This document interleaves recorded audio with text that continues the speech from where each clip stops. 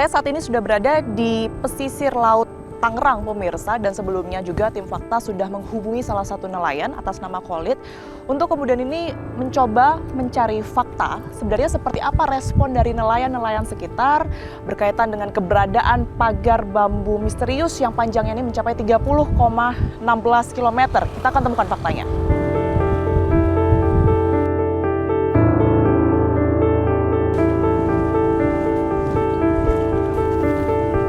Pak Khalid. Ya. Assalamualaikum. Waalaikumsalam warahmatullahi wabarakatuh. Saya izin ikut nih Pak. Ya. Tiara. Iya. Oke, jadi ini jam 12 lebih 15 menit ya. Kalau kita menuju ke titik terdekat setidaknya Pak dari pagar itu, berapa jauh dari lokasi kita sekarang? Ya paling lah bisa 10 menit atau 15 menit ya. Kita coba cek ke sana ya. Iya, kita yang terdekat aja dulu ya. Oke, Oh, ya. izin didampingi ya Pak Iya, Khalid ya. iya, Baik. Yang sekarang digemparkan oleh masyarakat, bahkan pemerintah ikut kaget. Ini kan pagar sepanjang 30,16 km ini kan bukan angka yang pendek gitu ya. Pasti bikinnya juga nggak sehari dua hari. Nah, nelayan sekitar ini taunya sejak kapan Pak Khalid? Ya kalau saya sih semenjak ya 5 bulan lebih.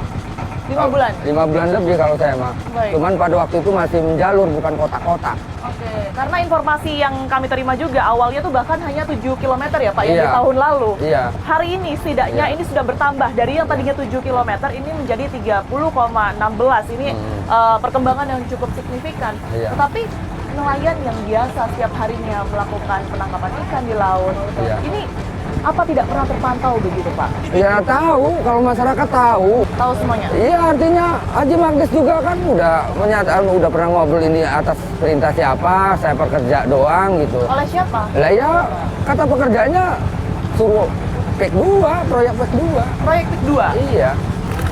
Kalau misalnya dianggap ini pagar misterius begitu rumitnya, itu sebenarnya mah lucu aja saya mah. Jadi nggak misterius ya?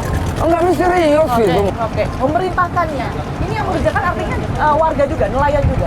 Masyarakat yang dibayar, Masyarakat yang dibayar. kuli gitu. Berapa Pak Khalid Kuli, informasinya? ya sekitar 100. 100.000 per hari. Per hari. Yang bisa melakukan ini dan pasti gitu ya, orang yang banyak duit. Justru saya curiga ini nanti disiapkan SHM-nya gitu. Sudah ada 300 SHM. Lah ini ceritanya gimana gitu kan? Oke. Tapi ada juga yang kemudian ini menyebut Pak Khalid bahwa ini adalah upaya masyarakat, swadaya masyarakat. Mereka berbondong-bondong untuk bersama-sama membangun begitu ya, atau menaruh bambu-bambu ini, salah satunya mengatasi abrasi yang saat ini menjadi keresahan nelayan. Saya juga sempat berpikir tentang dampak abrasi. Ya nggak masuk pikiran juga mas abrasi begini. Oke. Kalau misalnya swadaya masyarakat, kita hitung aja berapa juta bambu. Saya perkirakan ini lebih dari 5 juta bambu. Anggap 5 juta bambu itu yang paling murah itu 15.000. Lah kalau misalnya kali ada 4 juta, udah berapa miliar? Dan itu tidak mungkin dilakukan oleh teman-teman nelayan? Enggak masuk, enggak. Saya tidak bermaksud untuk mengecilkan upaya kemampuan dari nelayan kita, tetapi sama sekali tidak pernah ada rencana itu dari teman-teman nelayan? Enggak. Pak Khalid, ini kita sudah lebih dekat ya setidaknya dibanding dengan sebelumnya, bisa terlihat jelas sekali. Kita bisa naik ke sini? Bisa.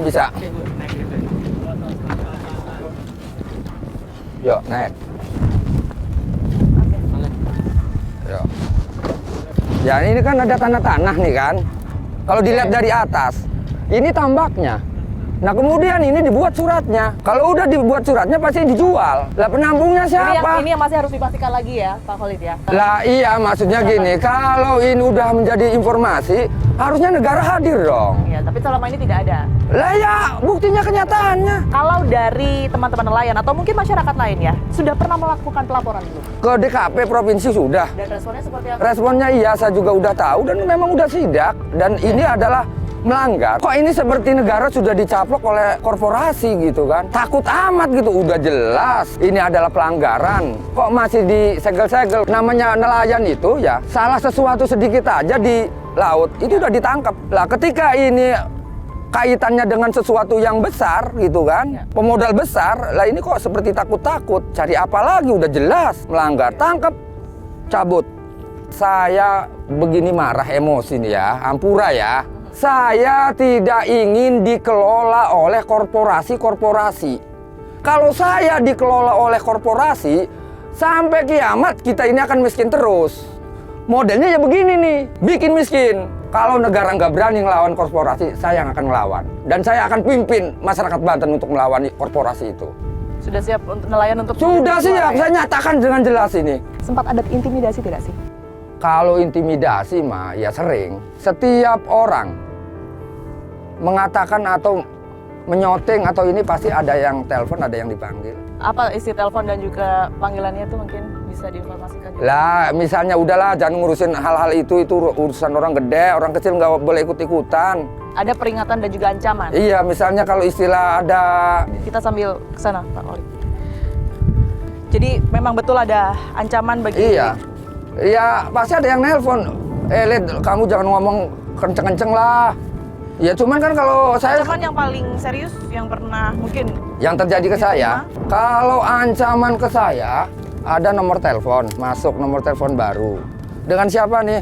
Nggak perlu kenal. Ya udah gini aja saya mau bilang, kamu jangan macem-macem ngomong urusan pagar laut segala macam, urusan pengurugan tanah segala macam katanya. Kamu bisa bahaya kamu. Kasihan anak istri kamu. Dan tidak mengakui itu dari pihak mana ya? Enggak mengakui dari pihak mana. Oke. Ketika saya telepon kembali, udah nggak aktif. Gitu. Baik. Coba menyusuri lokasi lain ya, Pak Khalid ya. Iya. Kita akan temukan faktanya. Jadi ini adalah salah satu pagar bambu ya, pagar laut misterius yang kini banyak dibahas oleh masyarakat. Saya tepat berada di atasnya pemirsa, dan ini salah satu yang memiliki lapisan lebih dari satu, ada dua. Kalau tadi saya bisa tunjukkan di bawah, bambu yang berada di sisi kanan dan juga di sisi kiri, sehingga di atasnya bisa Anda lihat ini di alasi semacam pelupuh gitu ya, atau gedek dari kayu atau bambu begitu. Di sini juga sudah ada tanah-tanah yang terpasang, dan tidak hanya ini saja sebenarnya. Sejauh saya melihat di sekitaran ini selalu ada batasan pagar yang jumlahnya bahkan menyentuh ribuan bambu begitu. Anda bisa bayangkan sepanjang 30,16 km. Sekali lagi 30,16 km ini bukan jarak yang pendek, cukup jauh, tentunya tidak bisa dibangun atau diletakkan begitu saja. Tadi sudah kita dengar sama-sama bahwa nelayan sebenarnya banyak yang kemudian mengetahui adanya aktivitas di sini. Tapi mereka juga menerima intimidasi, bahkan sebagian besar dari mereka mengaku sempat dibayar untuk membantu pihak tertentu atau oknum begitu ya, membangun pagar misterius atau pagar bambu ini dengan bayaran 100.000 per harinya. Kita akan coba untuk pantau lokasi lain, pemirsa, di titik lain. Kita akan temukan faktanya. Saya akan coba untuk menyusuri di tepi Laut Tangerang lagi, pemirsa, dan akan menemui satu nelayan lagi ya. Setidaknya untuk memberikan gambaran apa yang mereka alami sejak pemasangan pagar bambu, ribuan pagar bambu yang tadi sama-sama kita lihat. Saya lihat satu nelayan, Pak. Sudah selesai, Pak, cari ikan? Kenapa? Udah ya? Boleh ngobrol-ngobrol, Pak? Saya boleh ke perahu ya? Oke. Oh, saya ke perahu aja, nggak apa-apa. Dapat banyak, Pak, hari ini? Kenapa? Kurang? Ya. Pak, siapa saya bicara? Heru. Pak Heru, oke Pak Heru boleh ya? Saya Tiara dari Fakta TV One, mau ngobrol-ngobrol sedikit aja. Dapat berapa banyak hari ini? Baru 2 kilo. 2 kilo? Dari jam berapa sampai jam berapa itu? Dari pagi biasa jam 7 sampai jam 12-an. Oh, itu terbilang sedikit, banyak? Sedikit. Biasanya sampai berapa, Pak Heru? Ya, dapat 10 kilo, 15 kilo sampai 20. Oh, kenapa sampai bedanya cukup banyak? Ya karena ruangannya udah mulai menyempit. Ya kita kalau memaksakan juga ya percuma ya Bu ya. Karena sering rusak karena tabrak itu apa pagar-pagar itu. Apanya yang rusak? Perahu? Alatnya. Alat. Oh ini? Iya, alat tangkapnya ini dulu. Boleh saya lihat Pak Heru? Ya, Jadi ini salah satu yang digunakan untuk menangkap apa Pak jenis tangkapannya berarti? Kepiting. Oke, ini semua jaring-jaringnya ya Pak ya, Iya. yang sudah rusak. Saya Ini yang rusak parah nih Bu. boleh saya lihat ya Pak? Parah nih. Ini berarti kecantol di Nah, bambu-bambu ditarik, itu. Paksa, ya. Ini pemirsa salah satu alat yang digunakan untuk menangkap hasil tangkapannya kepiting ya, tadi Pak Heru ya. Dan kondisinya sudah bisa dilihat ini nggak bisa lagi digunakan.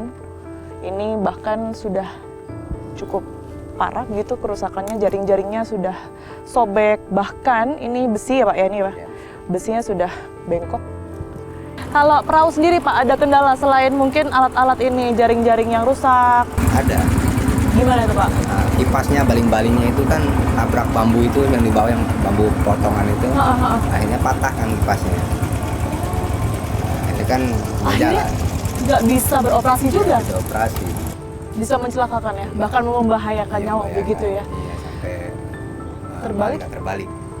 Semoga kondisinya segera membaik ya sehingga para nelayan di sini bisa kembali bebas Amin. pergi ke laut mencari ikan dengan hasil tangkapan yang banyak Amin. seperti semula. Ya. Baik, kita akan temukan faktanya.